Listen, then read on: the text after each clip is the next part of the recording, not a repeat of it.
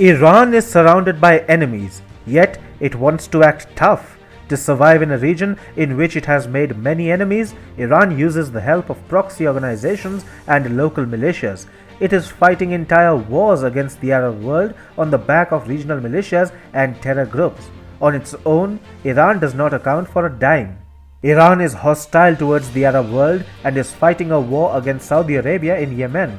Iran also has tense relations with Pakistan, and in Afghanistan, the growing strength of the Taliban means that another hostile country is coming up which can be a pain in Tehran's bottoms. Iran is no less than waging a religious war on Israel and wants to wipe the Jewish nation off the face of the planet. Israel, meanwhile, is not holding back either and regularly attacks the Shiite nation. China is looking to colonize Iran. The United States is, in any case, the country's sworn enemy. Iran has no friends, and a country with no friends will be swallowed alive by its enemies. It's a fact.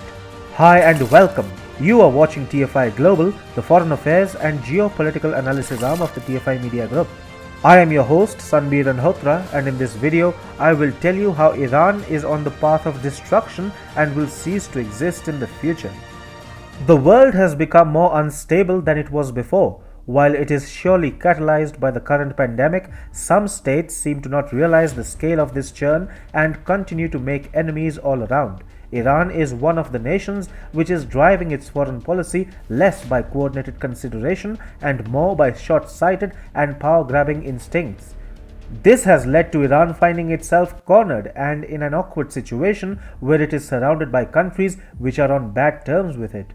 Iran's leadership has been continuously spewing venom against Israel and hasn't missed any opportunity to mention its intention of removing the Jewish nation off of the face of the earth. On the other hand, it has continued to try and inflict damage on its regional nemesis Saudi Arabia via its proxies in Yemen and other places. It has also continued to force Iraq into a situation where it finds itself shackled to the will and wish of Tehran. If this was not enough, Iran's conservative newspapers have not minced their words in criticizing the rise of Taliban and Pakistan's role in it, making enemies out of both.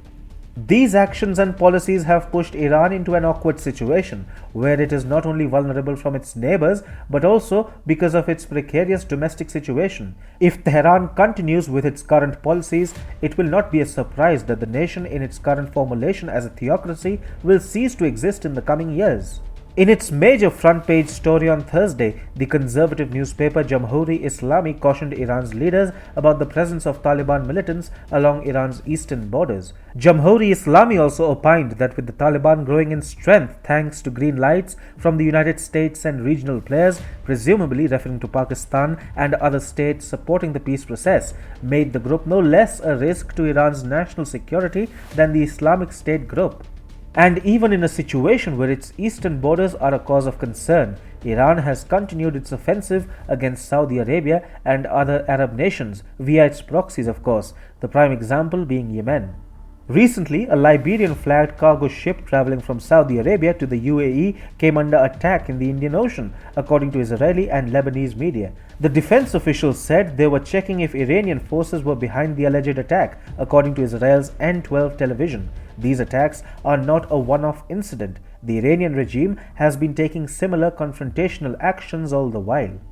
The current Iranian regime is surrounded on all corners by countries which are at odds with it, and in such a scenario, even the domestic situation is worsening. Iran's economy has collapsed, unemployment is pervasive, inflation is out of control, the Iranian currency is in free fall, and over 75% of the 80 million Iranian population is struggling to survive on daily wages below the international poverty line. In addition to this, the election of ultra-conservative Ibrahim Raisi as Iran's next president was also staged, with an extremely low voter turnout and voices of dissent fledgling inside Iran, making the current regime synonymous with a glass house.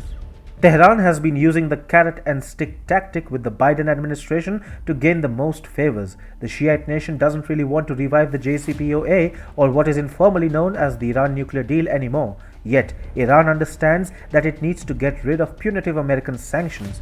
The USA has realized that Iran is using it as a bargaining chip, and it seems that even the Biden administration has had enough. Confirming the same, the US military conducted defensive precision airstrikes against 3 facilities near the Iraq-Syria border last week. According to Pentagon Press Secretary John Kirby, the facilities were used by several Iran-backed militia groups engaged in unmanned aerial vehicle attacks against US personnel and facilities in Iraq, including Kataib Hezbollah and Kataib Sayyid al-Shuhada.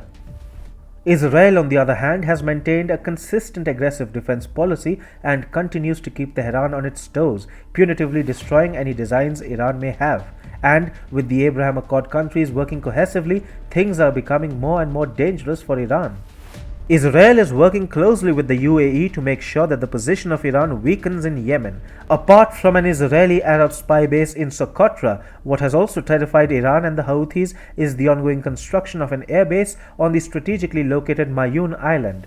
Earlier this year, satellite imagery revealed that construction had started on a new runway on the volcanic island. Iran has been keeping other countries like Israel, Saudi Arabia and UAE at bay by using its proxies engaged with them. However, as these countries are coming together, Iran will find it more and more difficult to continue with its current policies. With every neighbor and regional power as an opponent along with the worsening domestic situation, the demise of the current theocratic regime in Iran seems imminent. The Shiite nation will probably cease to exist in its current formulation going ahead.